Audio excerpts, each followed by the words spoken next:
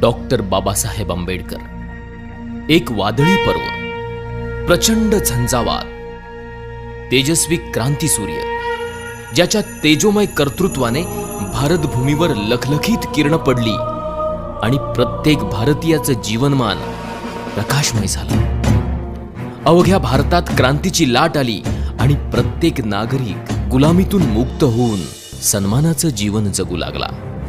पण बाबासाहेब म्हणजे दलितांचे कैवारी, मागासवर्गीयांचे उद्धार करते, आरक्षणाचे जनक, एवढीच अपुरी माहिती आपल्या सगळ्यांभोवती फिरते आहे। म्हणूनच या पलीकडे जाऊन या तेजोमय सूर्याचे व्यक्तिमत्व समस्त भारतीयांना कळावं म्हणून हा प्रपंच।